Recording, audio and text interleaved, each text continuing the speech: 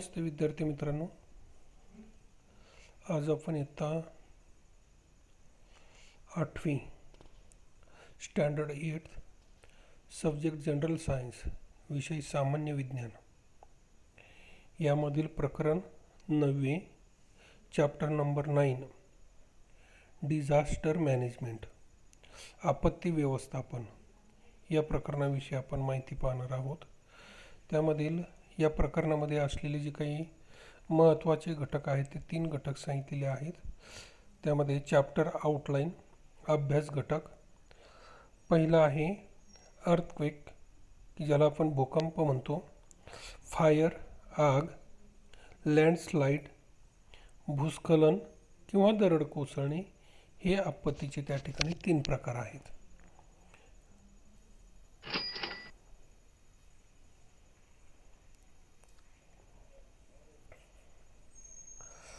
त्यानंतर यावर्षी कमी केलेला जो काही अभ्यास आहे सन 2020-21 मध्ये पेज नंबर 62 इंटरनेट माय फ्रेंड, इंटरनेट माझा मित्र आहे, हा भाग कमी केलेला आहे। पेज नंबर 64 वरील कॅन यू रिकॉल थोडे आठवा, त्याचबरोबर ती page number 65 make a list and discuss यादी करा व चर्चा करा, आणि चौथा भाग आहे पेज नंबर 65 व पेज नंबर 66 वरील टेबल, जो टेबल दिलेला आहे आपत्ती निवारण नियोजन व आराखडा डिझास्टर रिलीफ प्लॅनिंग, तर हा एक टेबल दिलेला आहे पान नंबर 65 आणि 66 वरती एवढा भाग त्या ठिकाणी कमी केलेला आहे। हा कमी केलेला भाग फक्त 2020-21 साठी कमी करण्यात केलेला आहे, याची सर्व विद्यार्थी व पालकांनी नोंद घ्यावी। आता आपण या प्रकरणाला सुरुवात करण्यापूर्वी पेज नंबर आहे 62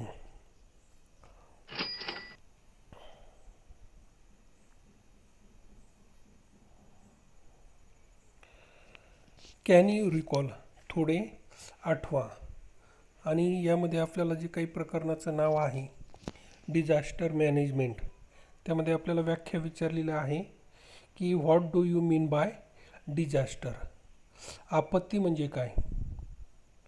बराच एखादी घटना अचानक घडते, अचानक त्या ठिकाणी घडणारी जी काही घटना असते की ज्यामुळे मनुष्यहानी होते, जीवितहानी होते, नैसर्गिक त्या ठिकाणी नुकसान होतं, त्याला आपण त्या ठिकाणी आपत्ती असं म्हणतो। या ठिकाणी disaster is a sudden event that causes large scale damage to life, property and social aspects of a nation and society. आपत्ती म्हणजे अचानक उद्भवणारे संकट की ज्यामध्ये नेशन राष्ट्राची किंवा समाजाची मोठ्या प्रमाणामध्ये जीवित, आर्थिक आणि सामाजिक हानी होती, याला आपण त्या ठिकाणी डिझास्टर असं त्या ठिकाणी म्हणतो। दुसरा प्रश्न आपल्याला विचारला आहे की what are the different types of disasters, की साधारणतः आपत्तीचे प्रकार कोणते आहेत। तर साधारणपणे आपत्तीचे 2 टाइप्स आहेत। The main types of disaster are natural and man made disasters. मागच्या इयत्तेमध्ये सुद्धा आपण 6वीला 7वीला त्या ठिकाणी man made disaster, natural disasters याचे प्रकार पाहिले, त्याविषयी आपण चर्चा केली होती। या इयत्तेमध्ये आपण 3 टाईप त्या ठिकाणी पाहणार आहोत।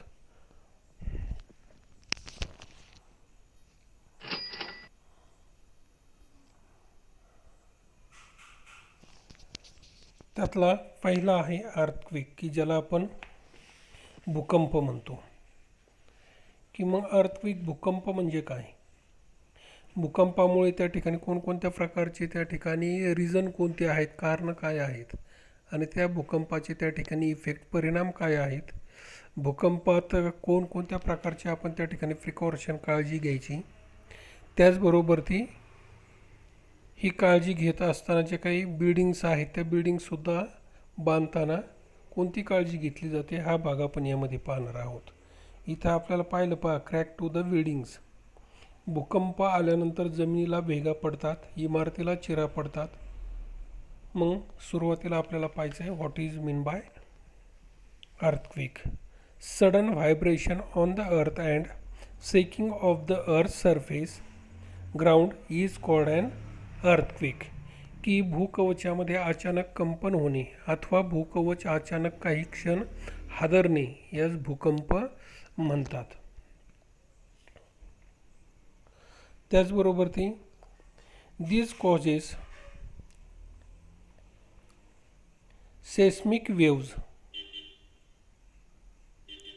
leading to movement of the earth's surface like tremors, shaking or it goes up down. की हा भूकंपामुळे पृष्ठभागाचा काही भाग मागे पुढे किंवा वर खाली होतो. साहजिकच त्यामुळे भूपृष्ठ हादरते.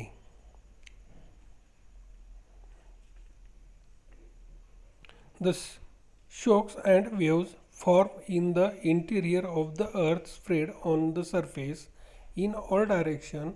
The central point of earthquake is the point above the epicenter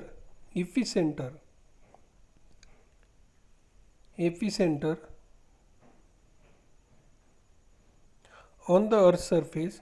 Strong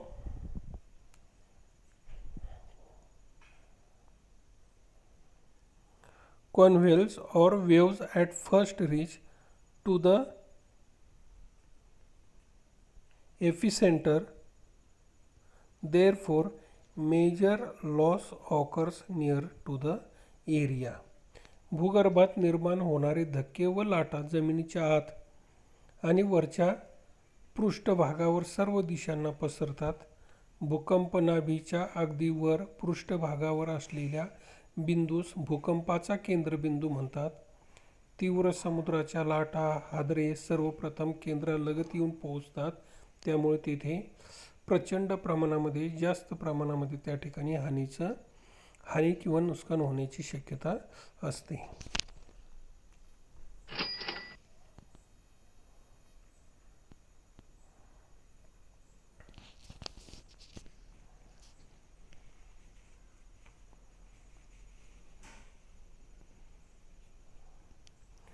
Shocks occurred due to an earthquake can be mild or intensified on the earth. Mild earthquakes occur in a larger number than the intensified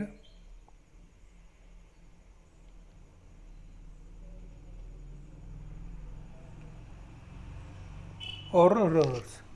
भूकंपाचे हादरे हे सौम्य किंवा तीव्र अशा दोन्ही स्वरूपाचे असू शकतात. पृथ्वीवर होणाऱ्या विध्वंसक भूकंपापेक्षा सौम्य भूकंपाची संख्या जास्त असते.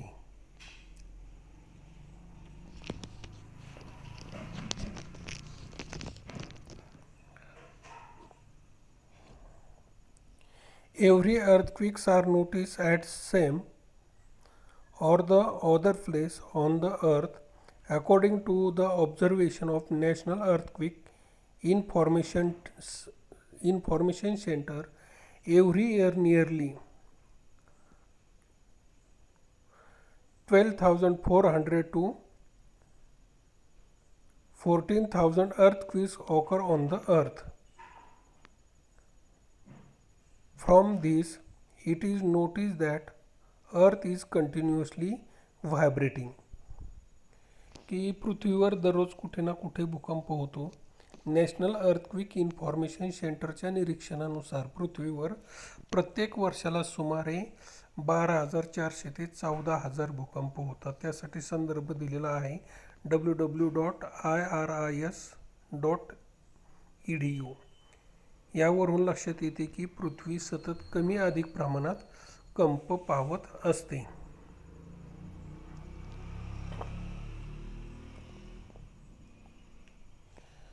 तिथे एक डायग्राम पण आपल्याला दाखवलेली आहे.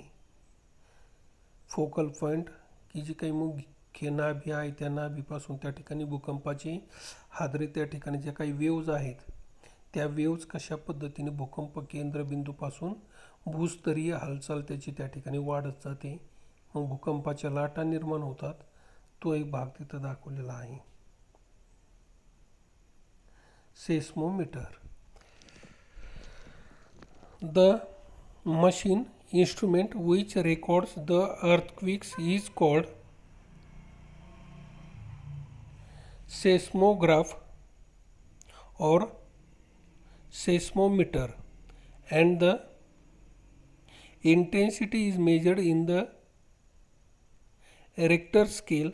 This is one of the mathematical measuring unit. की भूकंपाची नोंद घेणाऱ्या यंत्रास सेस्मोग्राफ अथवा सेस्मोमीटर असं नाव दिलं जातं. आपल्याला विचारलं जाऊ शकतं what is the unit of earthquake, भूकंप कशाच्या सहाय्याने मोजला जातो, तर सेस्मोग्राफ अथवा सेस्मोमीटर याने त्या ठिकाणी ते मोजलं जातं. त्याचबरोबर त्याची जी काही भूकंपाची तीव्रता मोजण्यासाठी रिश्टर स्केल या एककाचा वापर केला जातो. हे एक गणिती एकक आहे. Effect of earthquakes are mentioned below. Suddenly them carefully.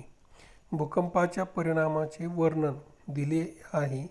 या तक्त्याची काळजीपूर्वक आपण त्या ठिकाणी पाहणार आहोत. त्याचबरोबर तिथे एक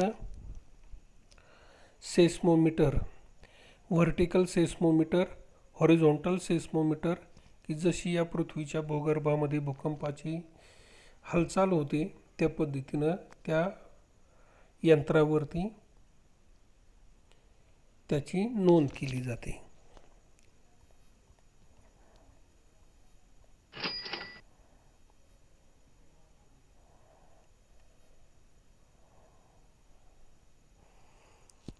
causes and effect of earthquake, page number 63. की भूकंपाची कारणे आणि परिणाम. त्यामध्ये जर आपण पाहिलं कॉजेस ऑफ ॲन अर्थक्वेक, भूकंप त्या ठिकाणी कशा पद्धतीनं तयार होतात, त्याचा इफेक्ट काय होतो तो आपल्याला सांगितलेला आहे. Right the causes of earthquake, write the effect of earthquake, हे आपल्याला विचारलं जाऊ शकतं आहे. त्यामध्ये पहिलं सांगितलं आहे व्होल्कॅनिक इरोप्शन, की साधारणतः ज्वालामुखीचा उद्रेक झाल्यानंतर सुद्धा stress of big dam on the अर्थ, मोठमोठ्या धरणाची जमिनीवर पडणारा ताण आहे. मिनिंग की साधारणतः खाणकाम असेल. अंडरग्राउंड ॲटॉमिक टेस्ट, की जमिनीच्या भूगर्भामध्ये जे काही अणु चाचण्या घेतल्या जातात. त्याचबरोबर ती water percolate through the cracks of the earth due to tremendous heat of the water converts into steam. The steam form tears to come out from the loosened earth surface causes earthquakes. की भूगर्भामध्ये अंतर्गत पाण्या भागात पाणी झिरपते, आतील प्रचंड उष्णतेने त्या पाण्याची वाफ होते व ती वाफ कमकुवत पृष्ठभागातून बाहेर येण्याचा प्रयत्न करते, तेव्हा भूकंप होतात. म्हणजे ही भूकंप होण्याची कारणं आहेत ज्वालामुखी, धरणामुळे पडणारा जमिनीवरचा ताण, खाणकाम असेल, त्याचबरोबर ते अणुचाचण्या असतील आणि भूगर्भामध्ये असले पाणी जे काय आहे ते पाणी उष्णतेच्या प्रचंड उष्णतेमुळे त्या ठिकाणी काय होते, त्याची वाफ, आणि ती वाफ बाहेर पडण्यासाठी सुद्धा भूकंप निर्माण होऊ शकतात. तर ही भूकंप होण्याची कारणं आहेत. Write the causes of an earthquake, ही 5 कारणं आपल्याला सांगितलेली आहेत. त्यानंतर त्याची इफेक्ट, परिणाम काय होतो भूकंप झाल्यानंतर. Loss of human being, wild animals and pets, की मनुष्यासह वन्यजीव व पाळीव प्राणी यांची जीवितहानी होते. Economic loss at large scale, electric pole असतील, पाईपलाईन्स आहे, हाऊसेस आहे, building, roads, railway tracks are destroyed, की साधारणतःपणे भूकंप झाल्यानंतर मोठ्या प्रमाणामध्ये इकॉनॉमिक वित्तहानी होते. विजेचे खांब असतील, पाईपलाईन असेल, घरे असेल, इमारती आहे, लोहमार्ग हे सुद्धा उद्ध्वस्त होतात, नुकसान होतं त्यांचं. थर्ड आहे ecosystem destruction due to the loss of biodiversity. जैवविविधतेचं नुकसान होऊन त्या ठिकाणी असलेली जी काही परिसंस्था आहे त्या परिसंस्थेचा सुद्धा त्या ठिकाणी धोक्यात येते. Direction of flow of river streams changes, की नद्या नाले आहे यांच्या या भूकंपामुळे सुद्धा प्रवाह बदलतात. Possibility of fire in cities increases, शहरी भागात आग लागण्याचा धोका निर्माण होऊ शकतो. If there is earthquake at the bottom of ocean it may create tsunami waves and thereby large scale destruction of coastal region, की जर समुद्राच्या तळाशी भूकंप झाला तर त्यापासून सुनामी लाटा निर्माण होऊन किनारपट्टीच्या भागाचे मोठ्या प्रमाणामध्ये नुकसान होऊ शकते. आणि last one, level of water table change, भूमिगत जलपातळी वर खाली जाते. तर या पद्धतीनं इफेक्ट ऑफ ॲन अर्थक्वेक हा स्वतंत्र प्रश्न आपल्याला विचारला जाऊ शकतो. भूकंपाचे परिणाम काय आहेत, त्याची कॉजेस ऑफ ॲन अर्थक्वेक, भूकंपाची त्या ठिकाणी कारणं काय आहेत, तर कारणं सांगितलेली आहेत 5, इफेक्ट सांगितलेले आहेत 7.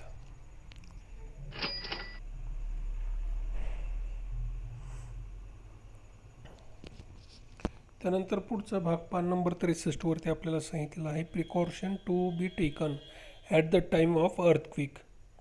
भूकंपाची जर आपल्याला जाणीव झाली तर त्यावेळेस आपण कशा पद्धतीनं काळजी घ्यायची तो भाग आपल्याला या ठिकाणी दिलेला आहे.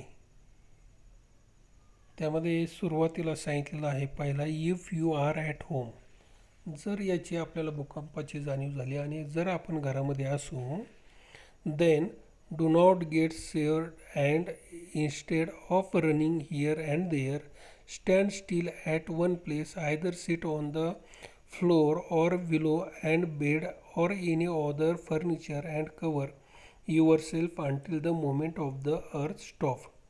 की साधारणपणे आपण भूकंपाची जाणीव झाल्यास घाबरून न जाता, सैरावर न पळता आहे त्याच ठिकाणी शांत उभं राहावं, जमिनीवर बसा, टेबल पलंग कोणत्याही एखाद्या फर्निचर खाली आपण स्वतः त्या ठिकाणी स्वतःला झाकून घ्या आणि जमिनीची हालचाल थांबेपर्यंत तेथेच थांबा. तुमच्या आसपास कुठे टेबल किंवा डेस्क नसेल तर घराच्या एखाद्या कोपऱ्यात खाली बसून दोन्ही हात गुडघ्याभोवती त्यात तुमचा चेहरा झाकून ठेवा. म्हणजे या ठिकाणी डायग्रॅमीमध्ये दाखवलं त्या पद्धतीनं आपण काळजी घेऊ शकतो. ही बीमध्ये सेकंड सांगितलं, if you are in the vehicle or outside the house, जर भूकंपाच्या वेळेस तुम्ही चालत्या वाहनात असाल किंवा घराबाहेर असाल तर then park your vehicle at a safe place and sit inside it. Do not wait near or below tall building, tree or electric pole. जर आपण घराबाहेर असू तर सुरक्षित ठिकाणी पाहून लगेच वाहन थांबवा आणि तुम्ही देखील वाहनाच्या आत थांबा. बाहेर येण्याचे टाळा. इमारती, झाडे, विजेच्या ताराजवळ थांबू नका. ही एक आपण काळजी घेऊ शकतो.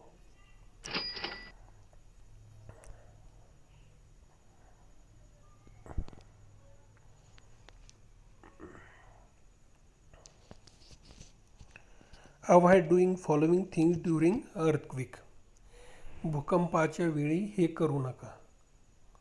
त्यामध्ये फर्स्ट सांगितलेलं आहे, avoid using lift in the multi building, instead use staircase, की बहुमजली इमारतीमधील लिफ्टचा वापर करू नका, जिना वापरा. Second, do not sit in discomfort for long, do some physical movement, एका जागी अवघडलेल्या स्थितीत जास्त वेळ बसू नका, शरीराची थोडीफार हालचाल करा. After the earthquake there is a possibility of fire, hence to avoid it carefully switch off the main electric supply, do not use candle, lantern और मॅचबॉक्स, इन्स्टेड यूज टॉर्च और बॅटरी. भूकंपानंतर विजेची शॉर्ट सर्किटमुळे आग लागू शकते. हे टाळण्यासाठी घरातील मेन स्विच दक्षतापूर्वक बंद करा. अशा प्रसंगी मेणबत्त्या, कंदील, काडे, पिठी यांचा वापर करू नका. बॅटरी टॉर्चचा वापर करा. म्हणजे आपण भूकंपाच्या वेळी कोणत्या पद्धतीनं त्या ठिकाणी काळजी घ्यायची किंवा काय करायचं नाही आहे याचे आपल्याला हे 3.3 मुद्दे सांगितलेले आहेत. त्याचबरोबर प्रिकॉशन टू बी टेकन ती एक डायग्राम आपल्याला या ठिकाणी घ्यावयाची काळजी दिलेली आहे.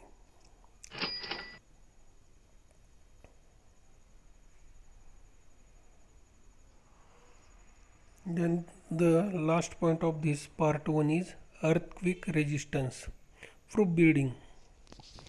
की भूकंपरोधक इमारती. आता हे जे काही नवीन इमारतीचं बांधकाम चालू असतं ते अर्थक्विक रेजिस्टन्स भूकंपरोधक इमारती अशा पद्धतीनं बांधकाम केलं जातं आहे.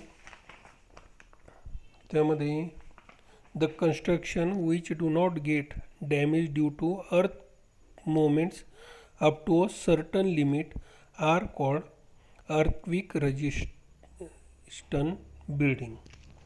की जमिनीची ठराविक मर्यादेपर्यंत हालचाल झाली तरी धोका होत नाही अशा बांधकामांना भूकंपरोधक बांधकामे असं म्हटलं जातं. To construct tall building Indian standard institute has made some code of conduct. Buildings are constructed as rule IS 456 and earthquake resistance construction are performed as per IS 1893 and IS 13920 of reinforced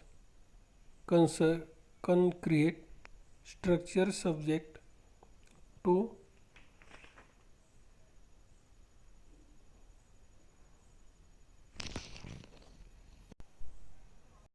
seismic force. Advanced technology is used for earthquake resistant construction. की साधारणपणे त्या ठिकाणी इमारतीच्या बांधकामासाठी भारतीय मानक संस्थेने काही कोड बनवलेले आहेत. IS 456 प्रमाणे इमारतीचे बांधकाम केले जाते. तसेच भूकंपरोधक बांधकामासाठी IS 1893 भूकंपरोधक आरेखनाच्या संरचनाचे मापदंड आणि IS 13920 भूकंप प्रभावाच्या संदर्भात सशक्त कॉन्क्रीट संरचना ताणीय विस्तार वापरले जाते. भूकंपरोधक बांधकामात प्रगत तंत्रज्ञान वापरले जाते. म्हणजे या पद्धतीनं अर्थक्विक रेजिस्टन्स जी काही भूकंपरोधक इमारत आहे त्या इमारतीच्या संदर्भामध्ये भारतीय मानक संस्थेने काही कोड बनवलेले आहेत आणि त्यानुसार या इमारतीचं बांधकाम चालू असतं. त्यामुळं भूकंप झाला तरी नुकसान होण्याचं प्रमाण कमी असतं. To get free or intimation about earthquake, modern equipments like laser ranging, very long baseline,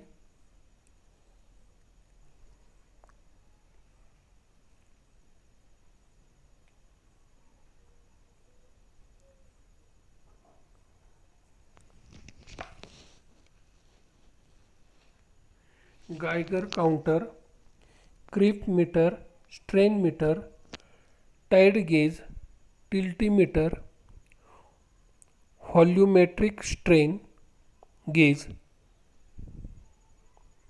etc. are used.